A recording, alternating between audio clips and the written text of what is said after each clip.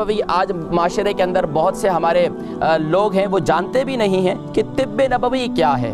اصل میں تو حقیقت تو یہ دیکھا جائے کہ اللہ کے نبی صلی اللہ علیہ وسلم ایمان والے کی صحت چاہتے ہیں، اور کیوں چاہتے ہیں؟ اس لیے کہ جب ایمان والا طاقتور ہوگا، ایمان والا صحت مند ہوگا، تو اللہ کی بارگاہ میں پوری رات کھڑے ہو کر بھی سبحان اللہ قیام کی لذت کو حاصل کرے گا، اور سبحان اللہ رکوع کی چاشنی کو اسے نصیب ہوگی، اور سجدوں کی حلاوت بھی محسوس ہوگی۔ لیکن اگر جسم میں توانائی ہی نہیں ہوگی، بہت سی بچیاں ہیں، بہت سی بہنیں ہیں، دن بھر کام کاج کر کے آتی ہیں، ظاہری بات ہے یورپ کے اندر تو سب نے ہی کام کرنا ہے، مرد بھی کام کرتے ہیں، خواتین بھی کام کرتی ہیں، تو اب اس کے اندر رہتے ہوئے ظاہری بات ہے جسم میں اب خوراک نہیں ہوگی، یا ہمارے بہت سے نوجوان آج کل ڈائٹ بھی کرتے ہیں نا، یعنی کہ اسمارٹ بننا چاہتے ہیں، اسمارٹ رہنا چاہتے ہیں، لیکن اس کا بھی ایک طریقہ ہے، اسمارٹ رہ سکتے ہیں آپ، لیکن اس میں یہ طریقہ نہیں کہ آپ کھانا پینا بالکل چھوڑ دیں، اس کا بھی ایک طریقہ ہے، اور اللہ کے نبی صلی اللہ علیہ وسلم نے وہ طریقہ بھی بیان فرمایا ہے۔ ناظرین کرام،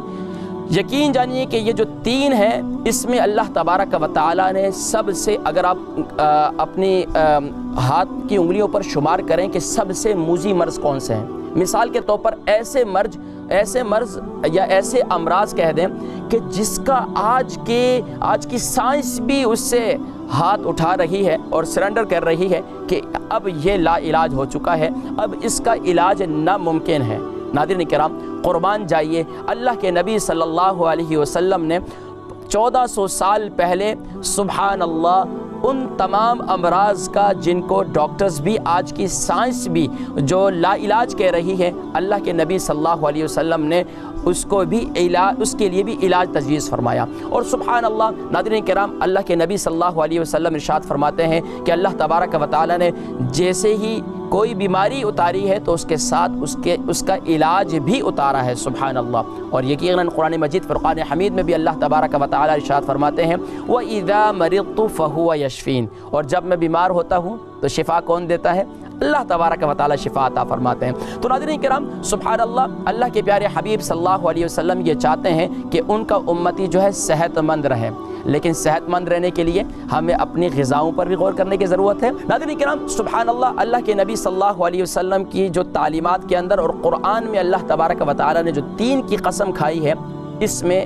بڑی شفا موجود ہے۔ آج سب سے موذی امراض کون سا ہے؟ کینسر۔ آج موذی مرض کون سا ہے؟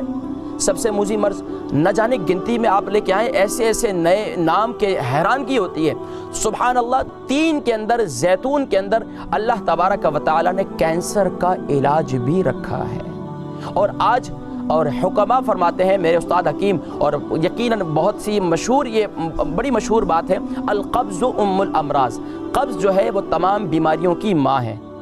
یعنی کہ جس طریقے سے ماں بچے جنتی ہے تو اسی طریقے سے یہ قبض جو ہے یہ بیماریاں جسم میں جنم لیتی ہے۔ اور آج کے دور کے اندر ہماری غذا کا استعمال، ایسی غذاؤں کا استعمال کر رہے ہیں کہ جس کی وجہ سے آج ہمارے ہاں نظام انہضام اور اسی طریقے سے ہمارا پیٹ کا نظام جو ہے بالکل دھرم بھرم ہو چکا ہے۔ اس لیے ناظرین کرام، ایک تو غور کرنے کی ضرورت ہے کہ اللہ کے نبی صلی اللہ علیہ وسلم نے کھانے کا کیا طریقہ بتلایا۔ چلے آئیے تھوڑا سا ہم اس پر غور کرتے ہیں۔ اللہ کے نبی صلی اللہ علیہ وسلم نے سبحان اللہ فرمایا کہ اگر تم کھانا کھاتے ہو تو کھانا کھانے کے لیے ٹھیک ہے پیٹ بھی تمہارا ہے اور پیسہ بھی تمہارا ہے، اور ساری جو ریسٹورنٹ ہے زبان کے ذائقے کو حاصل کرنے کے لیے سب کچھ بھی کر رہے ہو، لیکن اس میں توازن رکھو تو تمہاری صحت اچھی رہے گی۔ ہمارے ہاں زیادہ کھانے کو صحت مندی کہا جاتا ہے۔ یاد رکھیے، زیادہ کھانا جو ہے صحت کے لیے مضر ہے، اور آج جو ماشاءاللہ مسالوں سے بھرپور کھانے کھاتے ہیں تو اس پر بھی غور کرنے کی ضرورت ہے۔ اللہ کے نبی صلی اللہ علیہ وسلم سادہ غذا استعمال فرمایا کرتے تھے، اور سادہ غذا کو پسند فرمایا کرتے تھے۔ ناظرین کرام، مختصر کہ اللہ کے نبی صلی اللہ علیہ وسلم نے ارشاد فرمایا کہ اگر تم کھانا کھاتے ہو تو اپنے پیٹ کے 3 حصے کرو۔ پہلا حصہ یعنی کھانے کے لیے،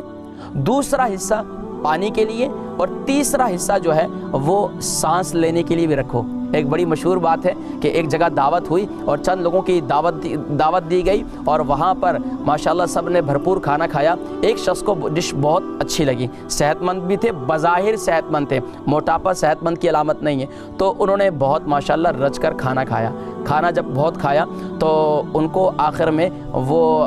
سویٹ ڈش جو ہے بہت اچھی لگی. جب انہیں بہت اچھی لگی نا تو یہاں تک کہ اب وہ کہہ رہے ہیں کہ دل تو کر رہا ہے میں اسے کھائے جاؤں لیکن اب جگہ نہیں ہے, اب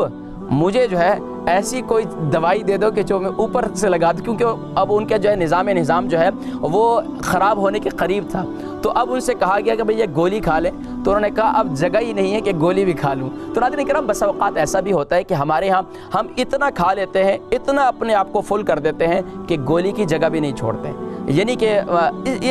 ایک لطیفے کے طور پر کہ تاکہ آپ کو کچھ ذوق حاصل ہو جائے, اور یہ واقعتاً ایک حقیقت بھی ہے. اور پھر دوسرا یہ ہے کہ ہماری روٹین سونے اور جاگنے کی کیا ہے.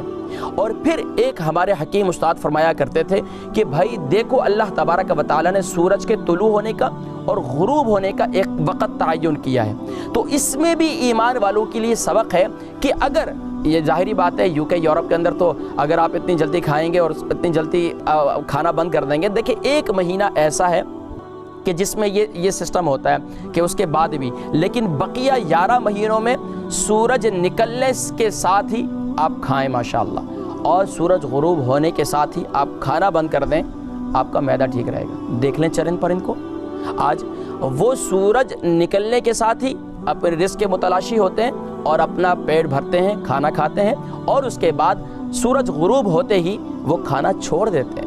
وہ الگ بات ہے کہ آج آپ نے پالتو کوئی بلی رکھی ہوئی ہے یا کوئی جانور رکھا ہوا, آپ اس کو ڈالتے بھی اسی وقت ہیں کیونکہ آپ کا اپنی جو ہے نظام زندگی اور آپ کا کھانا پینے کا نظام جو ہے وہ خراب ہو چکا ہے. تو اسی طریقے سے پھر دوسروں کو کیا کریں گے. تو اس لیے ناظرین کرام اس پر غور کرنے کی ضرورت ہے.